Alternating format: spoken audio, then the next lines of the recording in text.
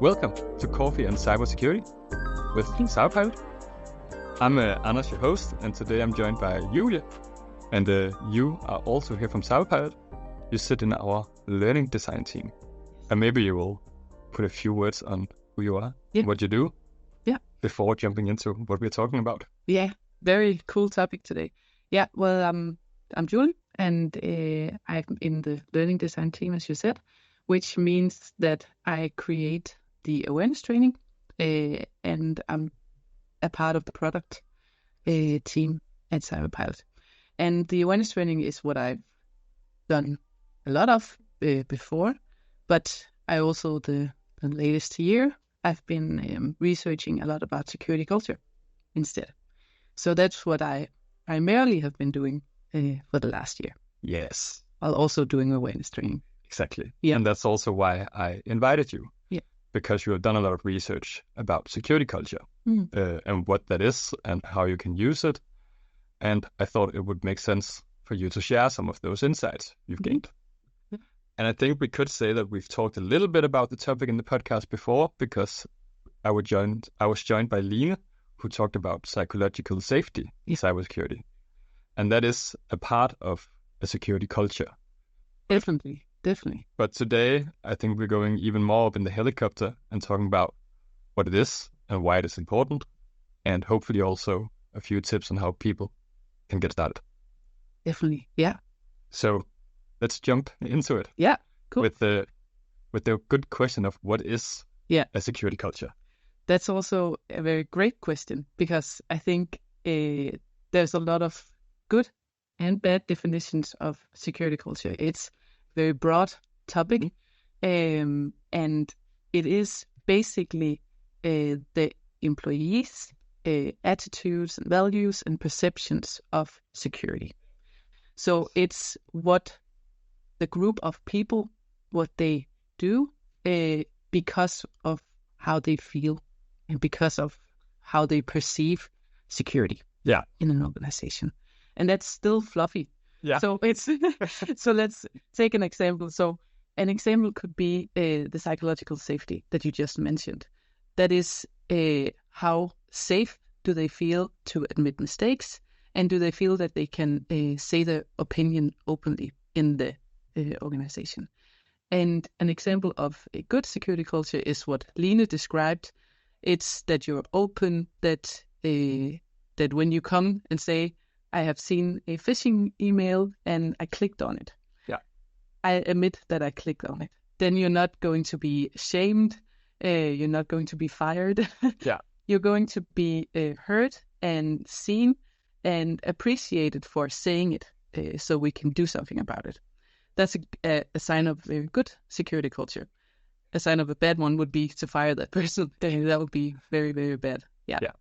So it's about how people not only perceive cybersecurity, but also what the values are and how they act on it. Yeah. Like what is the group dynamics in a company. Exactly. When it comes to it. Exactly. Yeah.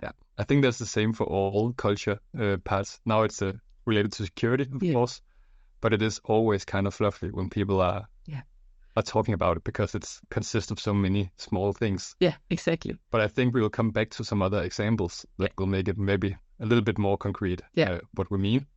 Definitely. But before jumping into that, then maybe just can you tell us a little bit about why it's important? Sure. Security culture. Yeah.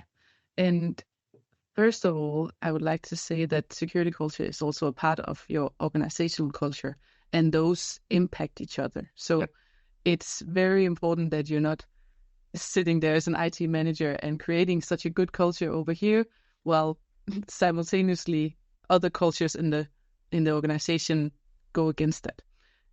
So that's why it's important to know what your security culture is, to make sure that it behaves well. Yes. So could you say that it can't stand alone? Like it will always be a part of the bigger culture. Yeah, exactly. Just like a subculture almost. Exactly. Yeah. And that's also why having a bad one will impact badly on the company. So makes sense to work on it. But why it's also important is because with a bad security culture, you will have a high risk of security breaches, and that can cost you money. Yes. So that's the very, very first reason. Yeah. That's the cold hard facts. That's the cold hard facts. Yes. Yeah. And that's often what you will present to management, is that we can lose money with security breaches. We can go out of business with security breaches. Yes. But how do we fix it? And security culture is a very big part of that. Yeah. Because it's lying underneath everything you do, and it's impacting everything people do in an organization. And it's basically, if we take the hard facts again, 8 out of 10 security breaches are caused by human behaviors. And how do we prevent that? We have to do something about the behaviors. Yeah. Yeah. Exactly. And often people think, okay, then we just need to create some knowledge about phishing mails, or passwords, or whatever it could be that leads to these security breaches. Yeah. But in your research and with the whole security culture part, it might suggest that that's not enough. Can you put a few words to that? Yeah. So during testing a lot of security culture solutions with clients, we saw that one of the things that they had done up until then was to prevent security breaches with information. Yeah. And as you say, that's not enough. It's also what we know from smoking. For example, it's if we tell someone it's bad for you, and also sometimes we can add the common sense of it will kill you. The part should be a good reason. But it's not. It's we see that we still have a lot of smokers amongst us, and that's just because there's other things impacting what you do and how you behave, and a culture in an organization is a very big part of it. Yeah. So just another example could be that you see that you hadn't updated your device for a long time, and it pops up, right? Yes. And you need to update it. Yeah, and also you have heard from IT, you know that you need to update the devices so they're secure, but you don't have the time for it.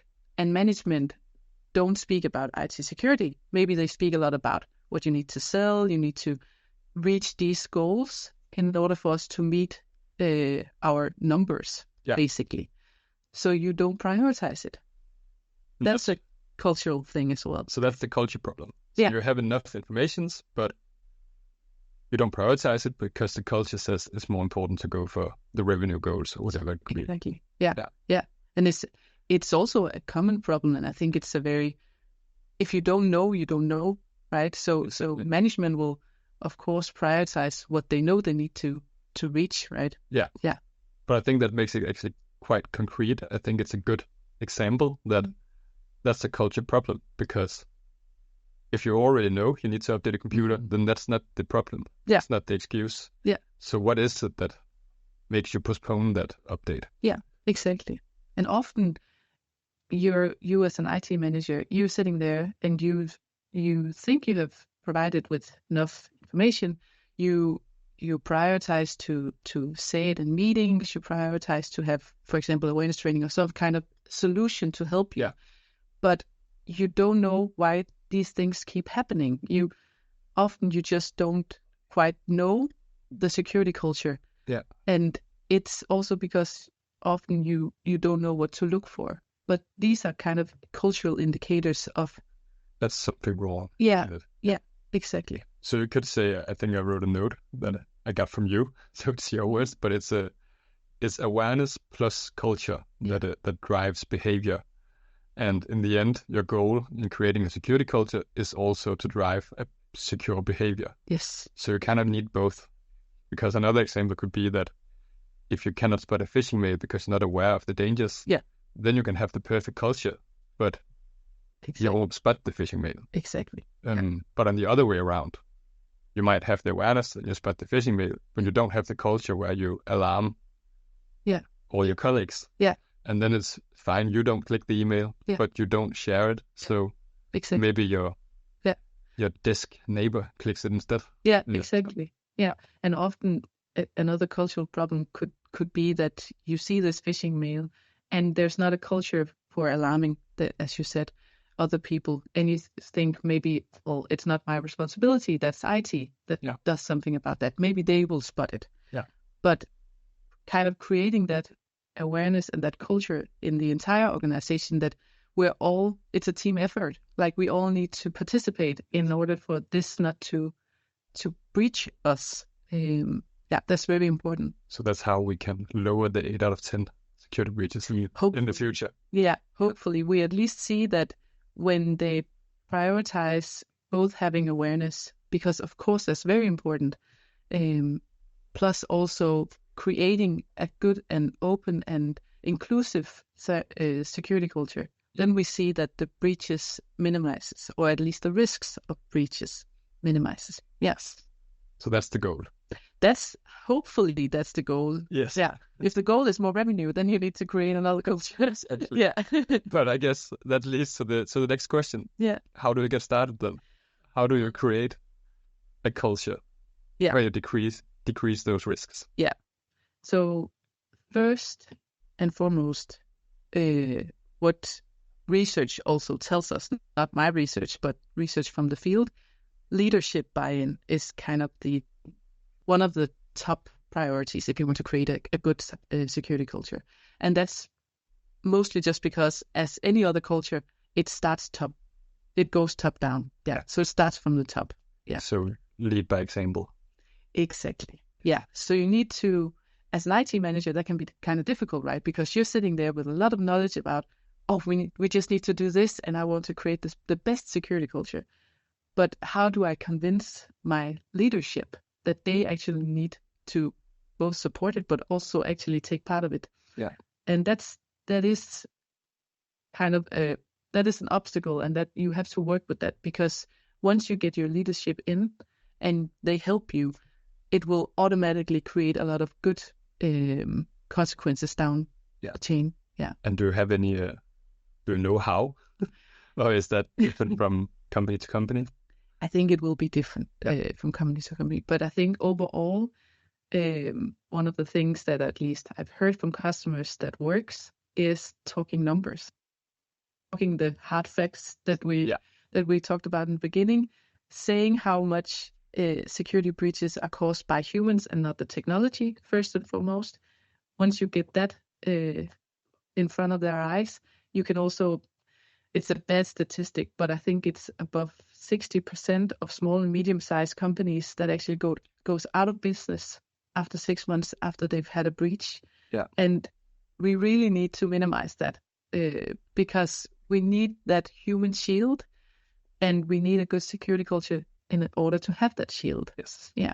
So first step is to get leadership on board. Yes. Before taking it out to the rest. Or I would advise to do that. At least I would advise to inform often you do that, but you can definitely inform that I'm going to work with security culture now. Yeah. And you can really help me here. Yeah. And that's also, I think, actually, Linus mentioned this with psychological safety, is it's not a one-person job. The security culture is not either. You need help from other departments. You need at least leadership. Yeah. Yes. So as we talked about, it's the whole culture where security is a part of it. Mm. So as an IT manager, you're only in charge of the small rules and guidelines in that department. Yeah. So I guess that makes sense. Yeah. And also involve your HR or people and culture department. Yeah. Yeah. They know a lot of tricks in your organization. Get them started. Yes, exactly. Yeah. Yeah. So what could another tip of getting started be? Yeah. So if you think the first one is a hard obstacle to tackle right now, just get feedback, because that's free. You can do it by just simply starting to collect some feedback around the organization. Listen to what people are talking about when it comes to security. How do they talk about awareness training, if you have that? How do they talk about your security guidelines?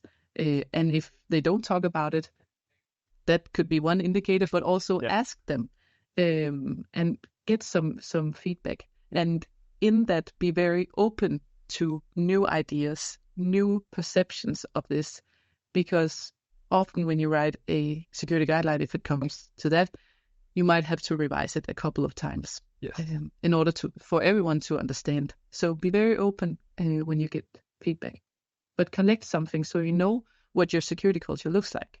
Yeah. So it's about creating a baseline where you are today. Yeah.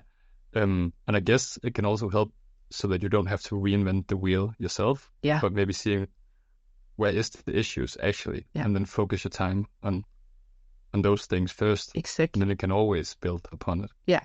And when it comes to security culture, the good part is that it is your colleagues, your employees that you're essentially wanting to investigate. So you want their feedback. Yeah. Their feedback is what will give you an indication of your security culture. And if they don't feel safe in giving that feedback, then the problem starts higher up the ladder. Exactly. Then it's the whole culture. Yes. Yeah. Yeah. And then you can do something to kind of get some anonymous feedback. A lot of surveys will help you with that as well. Yes. Yeah. And I see the third point that you've written down. Now I'm looking into the notes. Is something we already talked about. Yeah. Because the last one is psychological safety. Exactly. And it's just also a very free one, but very, very important one. I think Line mentioned the embrace the messenger. Yeah. Not only saying thank you, but actually saying how valuable and important it was that they came and reported a phishing email or said that the guidelines, I don't understand them. Any kind of feedback will give you an indication on where to work and where to get started. Yeah. So be very cautious also, because I think it was also in one of your previous episodes that you talked about that if you don't have any security breaches in your company, it might be because you don't hear of them. I think it was also in Line's episode. So it's very important that you, as an IT mentioned, and have psychological safety. Yes. Yeah. So embrace the messenger. Yes. If you have 20 people praising your culture and one person who don't, then remember to embrace that one as well. Exactly. Saying, okay, what is it that doesn't work for you? And how can we meet that? Exactly. Yeah.